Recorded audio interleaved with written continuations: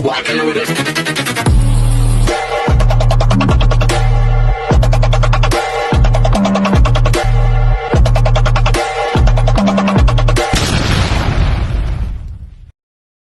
Hello beautiful people! Welcome back to my channel. This is your Mama Sam dito sa Sam Sam TV. Kamusta naman kayo mga amigo, amiga, kumare at kumpare? Sana lahat kayo ay okay at safe ngayong araw na to. So nakapaghapunan na ba kayo ng bonggang-bongga? Kasi ako hindi pa. Charot. So hindi ko alam kung anong ulam namin. Kararating ko lang galing out of town. O diba? So galing ako sa probinsya. Tapos, ngayon lang ako dumating. Siya, pinamiss ako ni Nu.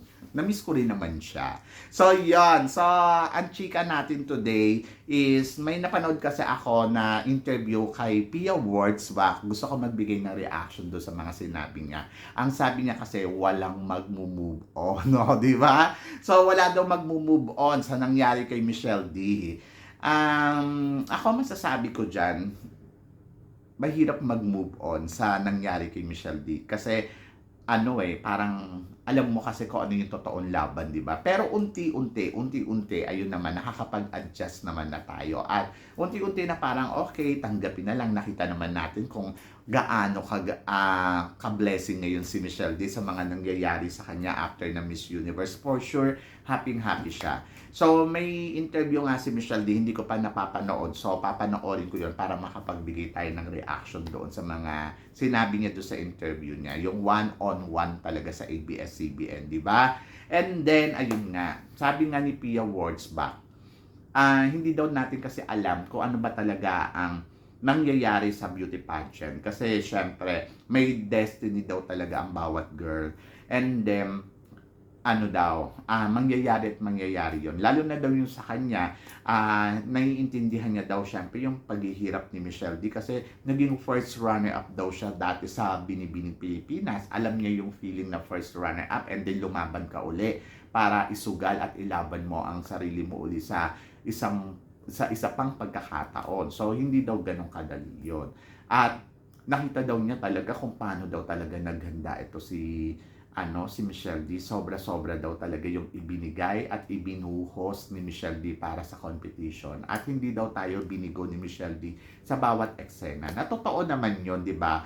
Yung lahat naman nakita naman natin yung bawat eksena ni Michelle D. Talaga naman, oh my God, nakakaloka kung iisipin mo. Siya lang talaga yung kandidata na nakita ko ngayon na pag lumaban, yung alam mo yung consistent talaga yung palo niya, yung mula sa simula hanggang sa dulo. At nakita naman natin, inabangan natin yung araw-araw. Na-miss ko nga yun, yung bukas ano kayang pa-outfit neto, di ba? Sabi nga ni Pia Wurtzbach, Diyos ko, naloka din daw siya.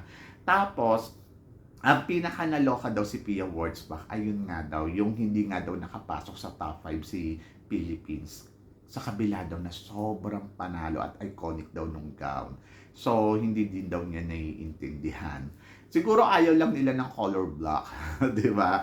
So, yun. So, ako naman, parang okay, ganun na yun nangyari. Sabi ni Pia, ang hirap daw mag-move on. Kahit siya daw, hindi pa rin daw siya maka-move on. At hindi daw niya alam kung paano daw mag-move on sa mga pangyayari. Naloka naman ako doon.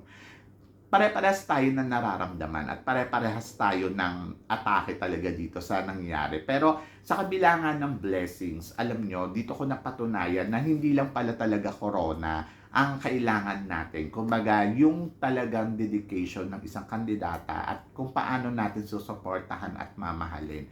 So sa kabila nga ng hindi siya nanalo, pero para sa atin parang feeling ko sa kabilaan ng ang daming interview ni Michelle D, di ba, sa iba't ibang channel, talagang masasabi ko, daig pa niyang nanalo ng Miss Universe. Ayun talaga, no, nakita talaga yung effort niya dun sa competition na yon at nag-payback talaga sa kanya. So, doon natuwa ako. Kasi di ba dati naalala ko si MJ Lastimosa, hindi naman ganyan grabe yung impact. Yung nag-top 10 lang siya dun sa, sa Miss Universe. Pero, eto kasi si Michelle D, sobra talaga yung impact, sobra yung ibinigay sa kanya at ito pa nga, magkakaroon pa nga ng homecoming parade, di ba? So, history to guys.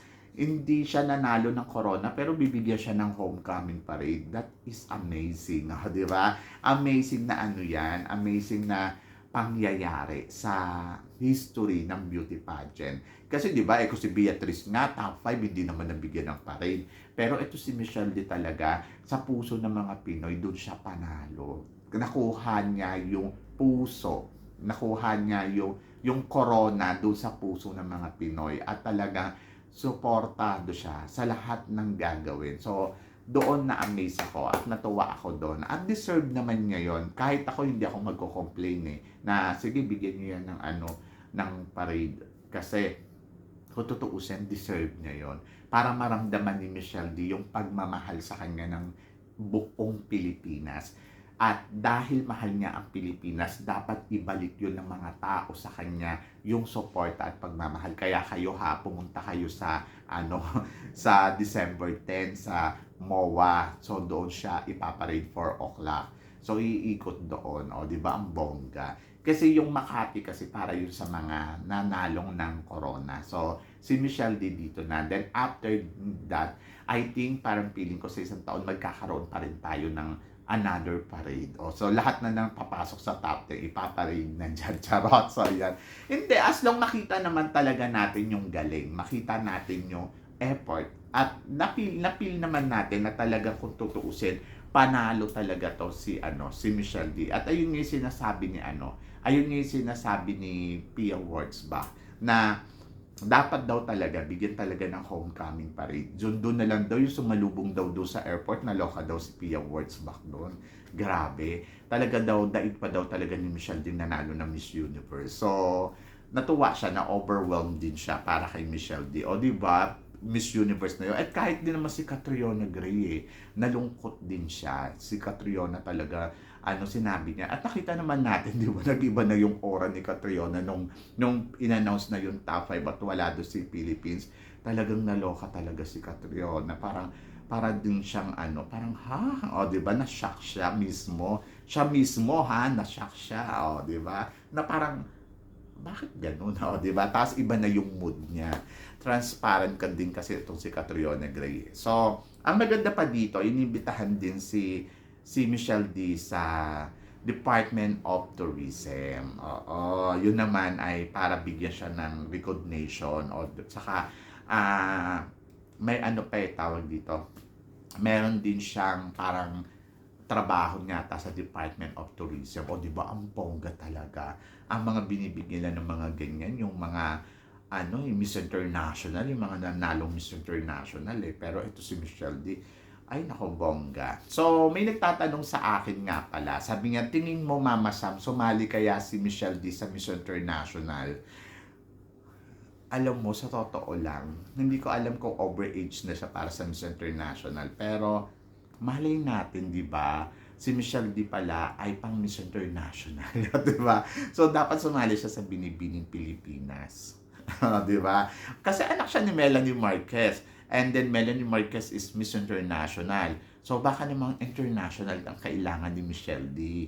Hindi Universe, hindi Miss World. Baka Miss International talaga. So parang feeling ko dapat sumali siya sa Miss International. Wag Miss Earth, Miss International. So parang feeling ko doon kukuha na talaga siya ng corona kasi anak siya ni Melanie Marquez. Di ba? So yun. So ewan ko, bakit hindi kasi naisipan ni Michelle D sumali sa Miss International sa Binibining Pilipinas? Kasi parang feeling ko mas doon na yata yung hinihintay na corona para sa kanya. Kasi di ba wala naman na siya sasalihang pageant. Halimbawa sumali siya sa Miss Earth. So dapat sumali siya sa Miss International. Baka kasi pang Miss International siya. Di ba? So, yun. Nakakaloka. Ang hirap nun. Pero kasi habang maganda pa siya. yung ganyang beauty niya. Ayun, parang feeling ko paluya sa Miss International. So, palitan naman, mag-transformation naman siya na mahinhin. So, yung effort niya, yung laban niya dun sa sa Miss Universe, ayun, pwedeng-pwede na yan sa Miss International. Habang maingay yung pangalan niya, huwag niya nang patagalin. Sali na siya sa susunod na taon sa Binibining Pilipinas. At, ayun, baka sakaling Miss International siya. Pero hindi, parang feeling ko hindi nasasali si Michelle D. Parang, na yan, parang hanggang dyan na talaga yung laban niya. Tapos na yan. Kasi parang feeling ko, Miss Universe and Miss World, So, bongga, dalawang title ang nakuha niya sa Pilipinas, sa national pageant sa atin. Isa siyang Miss World Philippines 2019 and 2023 Miss Universe Philippines and Binibining Pilipinas 2025. O, di ba? So, yun. Malay natin sumali. Ako tatanungin nyo, hindi na. Okay na ako dyan. Parang wag na. Parang sapat na. Kung hindi man siya nakakuha ng corona at wala siyang corona talaga sa international, it's okay. Para sa akin, Diyos ko, dalawang corona na yan na hawak mo, Miss World saka Philippines. So, daig mo pa ang isang Melanie Marquez. O, di ba? So, yon saka Win-Win Marquez. So, ako para sa akin, happy ako sa nangyari dito kay